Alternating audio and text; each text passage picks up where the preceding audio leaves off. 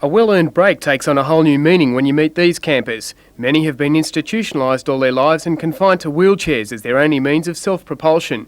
The care of these people is a full-time job, often weighing heavily on their parents or guardians. For just 1 week each year, some get the chance to break their bonds, meet their very own volunteer carer and a new circle of friends. I'm lapping it up every inch of the way. Camp Breakaway is slowly taking shape on a scrubby block of dirt at San Remo. So far, it has 8 cabins and enough funding for the foundations of a new specially designed lodge. Bookings have to be turned away, and only 2 such camps are presently held each year. But the new facilities could bring it online all year round. The campers enjoy a host of activities including picnics and fishing trips, mini-Olympics, arts, crafts, candlelight dinners and even a talent show. Many of the carers are trainee nurses, and their efforts make the campers' stays memorable. Depressed when I have to go back, because they're all so loving. I'm going to see if I can come back here much more. Now I know the place is existing.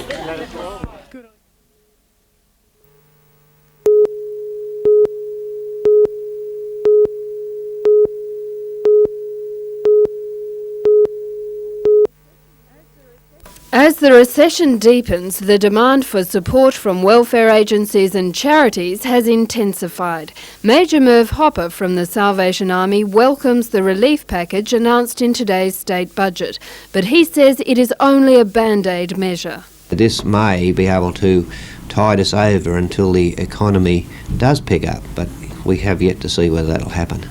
The unemployed and pensioners continue to need help. However, over the last 12 months, a new group of needy has emerged from the middle class. The Salvation Army says it doesn't have the money to meet the demand. You want to give them more, but the finances won't handle it, can't handle it, because there are so many more people coming in. As the financial burdens increase, councillors are bearing the brunt of a growing number of angry people. Yes, some very angry. Mostly the younger people, but there again, at times, the older ones too. Jane Anderson, NBN News.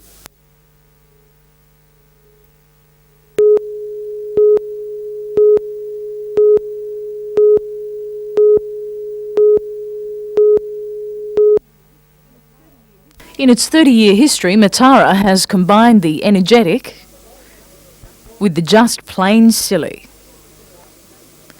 Today's Matara launch heard this year's festival will be bigger and better than ever, with a few first-time events thrown in. We have rock and roll rodeo, we have country music and truck festival. We've got a huge parade coordinated by Peter Cronin. We have a lot of sporting events. We have Matara Hill Climb, that's the cars, preceded by a foot race up King Edward Park. We have the Lake Macquarie yachts having their first offshore race of the season, coming right up to Newcastle and back. We have the skydivers, helicopters, all services are involved, and the theme of the city march.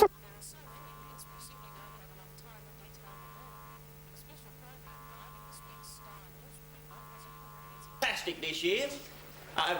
This is the 30th anniversary. Absolutely the biggest you will ever see Matara is this year. So many things organised. So come to Matara. Hey, come on, have fun with everybody.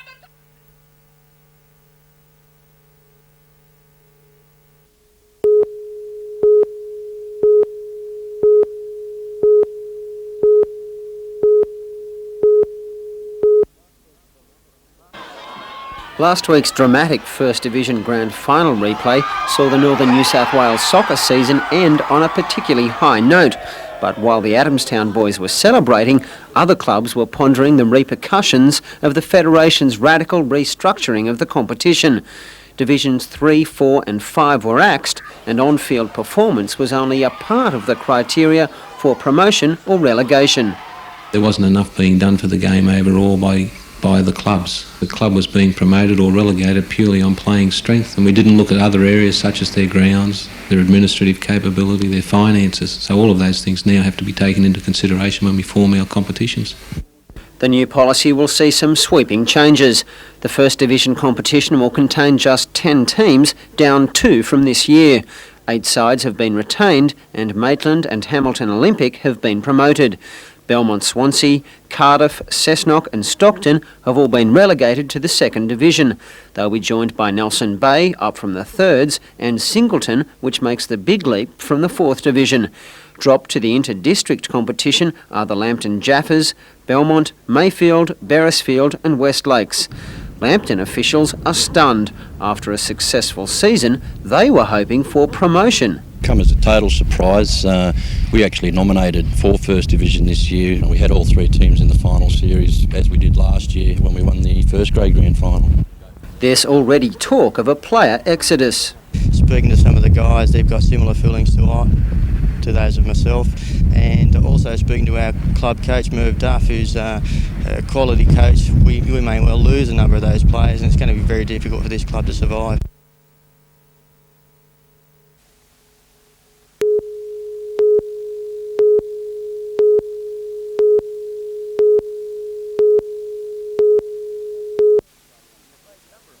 In a great number of Australian sports, our champions have had a solid grounding in their chosen sports in the school system. In latter years, owing to the increased workload and pressure on teachers, some sports have suffered greatly, while others have all but disappeared from the school curriculum. And today at the ISC, the Knights development staff, players and a group of teachers got together for a unique camp, a Level 1 coaching course in rugby league, and it was a tremendous success. There's 43 of them here over the 2 days, and to get a Level 1 course into the schools, it's been tremendous for the Knights and rugby league in the schools, especially we had 3 guys going away on the schoolboy tour at the end of the year from our 100 region schools, and gee, if we can increase that over the years, then maybe some more will come through to the Knights in the future. Combining both state and Catholic schools, and with each teaching establishment self-funding the 2-day course, a scheme has been implemented that should have a lasting effect on the development of rugby league in the Knights catchment area. It is obvious that the various educational bodies are taking their school sport seriously in all aspects. The department's sport policy requires teachers to be accredited, and in rugby league they have to be Level 1 minimum accreditation, and it's now coming into all sports that they're going to have this accreditation.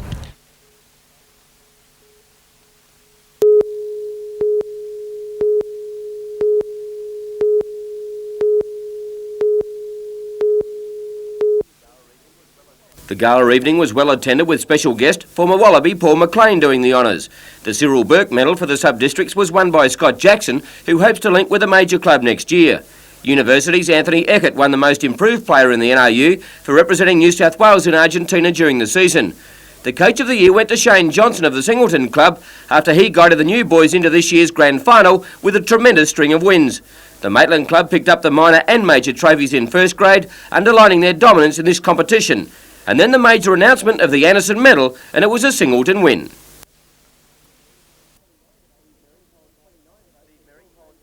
Steve Merrick polled 29 votes to storm home by 5 from perennial runner-up Tony Hogg and Steve's brother Dale.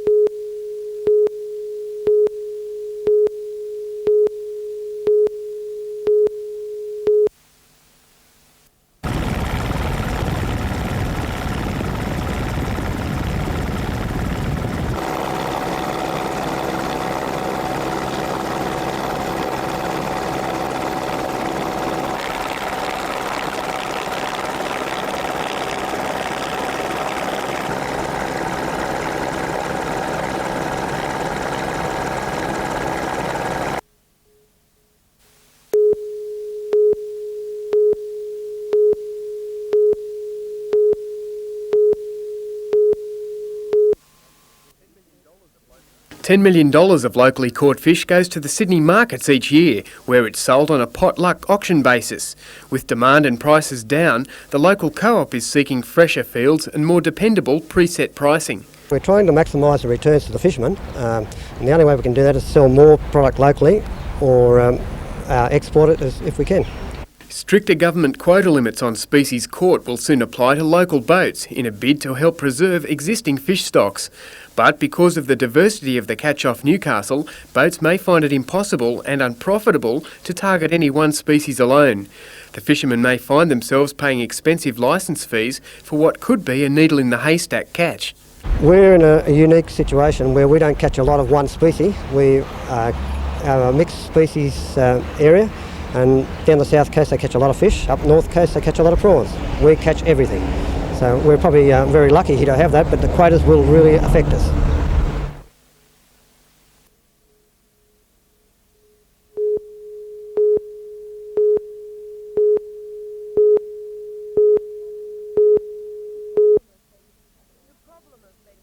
The problem of lead contamination in Port Pirie was identified in the early 80s. In 1984, the South Australian government committed $30 million to decontaminate the entire town. That 10-year program is still underway, and it's what residents of Bullaroo and Argenton are here to see at the expense of the Pasminco metal sulphide plant. Each day, teams of technicians from the Pirie Environmental Health Centre test soil and paint samples from houses in the area. It's then decided what has to be done to make the living environment safe. We actually set ourselves a goal of decontaminating 2,000 properties. We've completed 1,200. There's 100 currently being addressed, and that leaves us with about 700 or 800 to complete. Decontamination is an expensive process. On average, it costs around $8,000 to ensure a property is free of high levels of lead. That process involves the removal of topsoil from yards wherever the lead content is between 2,000 and 10,000 parts per million. So far, over 10 houses in Bullaroo and Argenton fit into this category. The inside of houses and roofs are vacuumed with an industrial cleaner, and in some cases new external cladding is fitted. Old leaded paint is also a concern. Where necessary, that is removed and a new coat applied. The entire cost of this is borne by the South Australian government. As well as improved diet and nutrition, Pirie children also have regular blood lead tests. This too could be introduced in Bullaroo.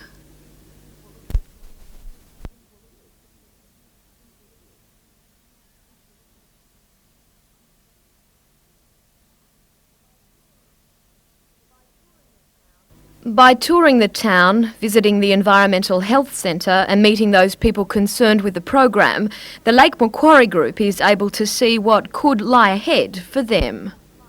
It was pretty amazing to watch someone's yard just get tipped into the back of a truck and that sort of thing. So I guess it brought home a realisation of how dangerous the situation could be. I think that the community is, and everyone's going to have to learn a lot more about maintaining a safe environment. We'll have to develop a program over there that is unique for the Bullaroo and Argenton situation. There aren't as many children with high levels, and I don't believe that we'll need to develop a full environmental health centre, but we will need to tap into the resources that are available in the Newcastle area. The big question is, though, who should bear the cost of decontamination in Bullaroo? The government, the company or the community? We look at that issue in our next report. Jodie McKay in Port Pirie for NBN News.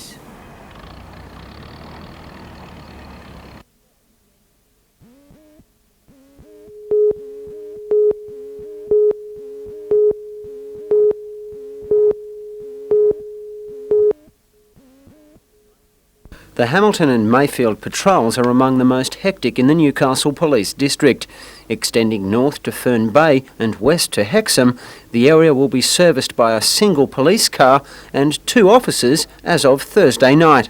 This is only a localised idea to see if we can make policing for the people in Newcastle better, and I think it's a novel idea. If it works, great. If it doesn't, we'll review it and change it. The new staffing arrangement will operate between 11 p.m. and 7 a.m. each night. Senior police say it will give them an extra 14 shifts per week to use on special operations. But the Police Association has grave concerns for both public and officer safety. It's asked for a full report on the scheme before it's put into practice later this week. Meanwhile, Newcastle Police have dismissed claims that the system will leave the area undermanned in case of an emergency. Our wireless section here at Newcastle will then send another vehicle because it's so close, it would just be seconds away. Bruce Mackenzie, NBN News.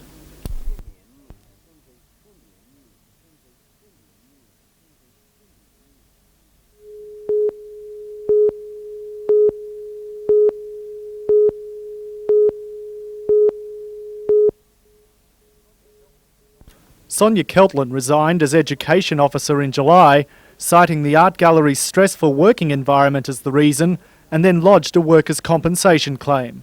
The resignation not only left the gallery without an education officer for almost 3 months, it also brought to light another compensation case involving the Assistant Director, David Langman, and unhappiness in the arts community with the gallery. The conflicts have led to a review of the gallery's operations being conducted by a Sydney art consultant. I believe that the results of that will be submitted to the Town Clerk at the end of October. While the gallery's operations remain in question, the Education Officer's position has been filled by an arts lecturer from Sydney, Michael Hedger. Mr Hedger, who lived in Raymond Terrace as a teenager, says he wasn't fully aware of the gallery's problems until he started on the job today. People are asking me about that, but I consider that as something that's happened before, and it's not going to in any way affect my role here, I don't think. In addition to continuing popular initiatives such as the Visiting Lecturer program, the Education Officer hopes to focus on children. For the very young children, I'd like to have a much more hands-on approach. And for the high school, students will have something like education kits and lectures.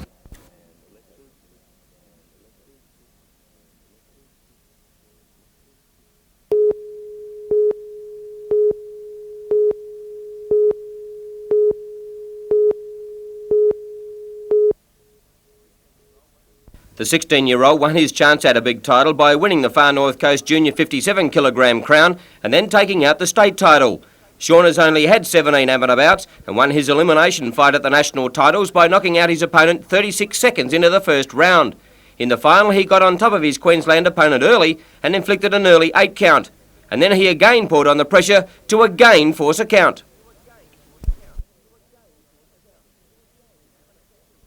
In amateur junior rules, 2 standing 8s is good enough for victory. I didn't know why they stopped it either. I thought, I didn't think he was hurt. I didn't know why they stopped it. And when I looked at the fight, I realised it had 2 standing counts, and that's why they stopped it. Sean trains twice a week at the Newcastle Police Citizens Youth Club, and although undecided about his future, took time to pay thanks to his trainer. He gave me heaps of confidence, and he's helped me all the way.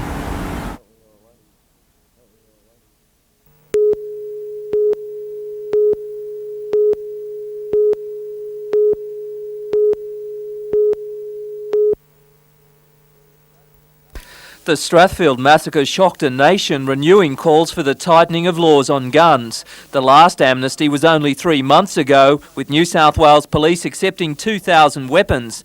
Now the authorities are calling for more. There would be a lot of firearms out there in the Hunter, and we would ask people if they don't need them, they've got no real use for them, to bring them into us and let us take control of them. A spokesperson for the Police Minister, Ted Pickering, said this latest amnesty was planned last year and has nothing to do with public pressure. There are more than 40 weapons on the prohibited list, including nunchuckers and knuckle dusters. Police say if there are any doubts about the legality of weapons, this is the chance to find out without the fear of prosecution. People shouldn't have any apprehension about approaching police. The amnesty runs till the end of the year. However, if you are caught with an illegal weapon after then, you could face a $5,000 fine and a 2-year jail sentence.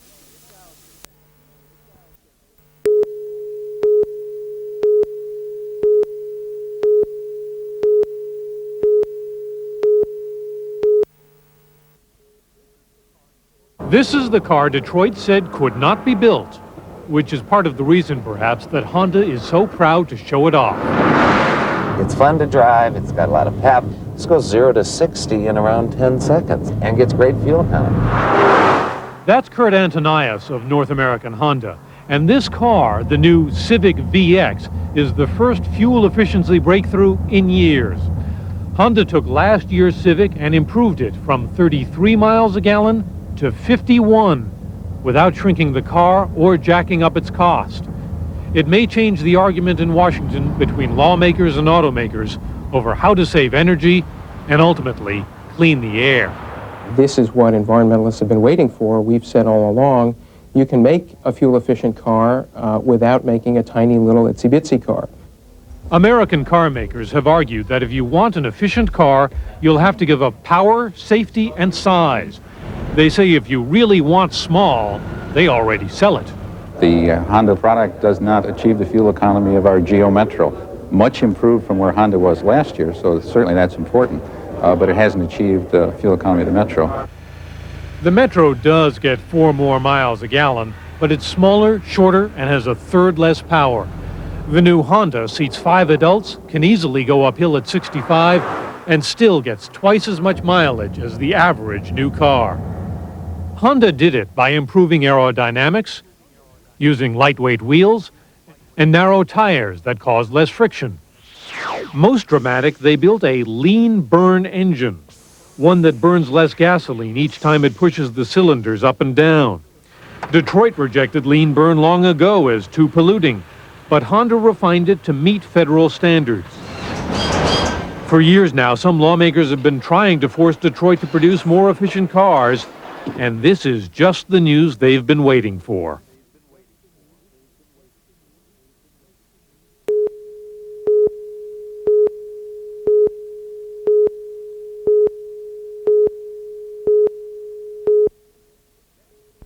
Deceptively simple, the Gravity Trainer is 5 fitness machines in one. Chin-ups knock the shoulders into shape, while a quick adjustment sees the triceps suffering. Turn around and the stomach is the focus of some grueling hip flexors. Add the weight bar, and squats and bench presses are also possible.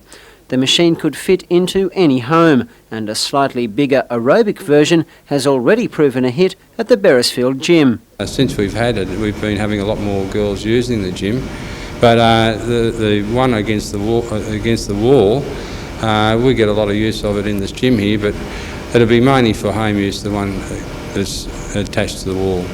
Inventor Jerry Arnott has been granted a provisional patent and is convinced the design will prove a winner in the lucrative fitness market. The cheapest version of it will retail about $225, and I'm pretty sure that they will take off, otherwise I wouldn't spend all the time getting them up to this stage.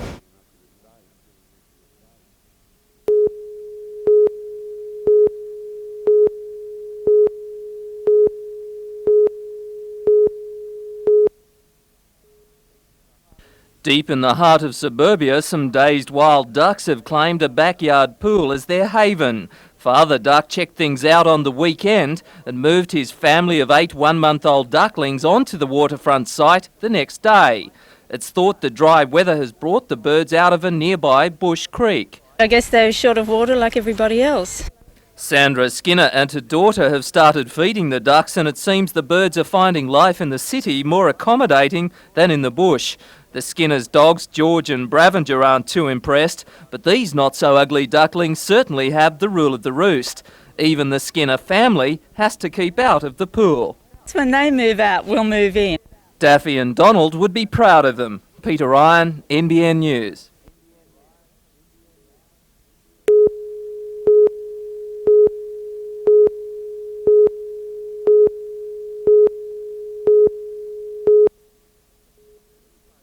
The Insitec company, formerly known as Greenleaf, is a major manufacturer of ammonium nitrate, which is used in industrial explosives and fertiliser. Things have been tough in the industry. At one stage, international competition forced the plant to cut production. Last year, management and unions came together to restructure the plant's operations. Under Phase 1, staff numbers were significantly reduced. Today, Phase 2 was launched, a 20-day study tour of industries in Canada. Site manager Lyle Radford wants to do away with the rigid Australian structure based on foreman and middle management and adopt the Canadian workshop practice of using self-directed work teams. The people in the teams are totally accountable for all their actions, and they're totally flexible in what they do. They can do any work at all, provided they have the skills to do it.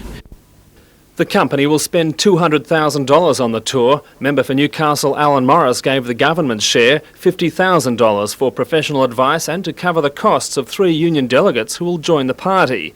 The Insitec plant has already modernised equipment and regularly sets new world production records, but it isn't enough to keep the company ahead. Like many Australian companies, Incitec is faced with the twin evils of a recession and subsidised imports. They make no bones about the consequences of failing in this staff experiment. If the Canadian system is successfully transplanted, the idea will be adopted by other industries. Lyle Radford says the company can't afford to fail. International competition is so strong that unless we make this drastic change, I'm quite certain that we won't have a company in a few years' time. Union leaders say they're aware of the company's need to succeed, but they're not committing themselves. No, I don't believe we're going there to translate it directly. I mean, the company may have ideas along those lines. I believe it's more a learning process for both the delegates that's involved in the working committees and the unions. The Tour party will leave Australia on Friday week.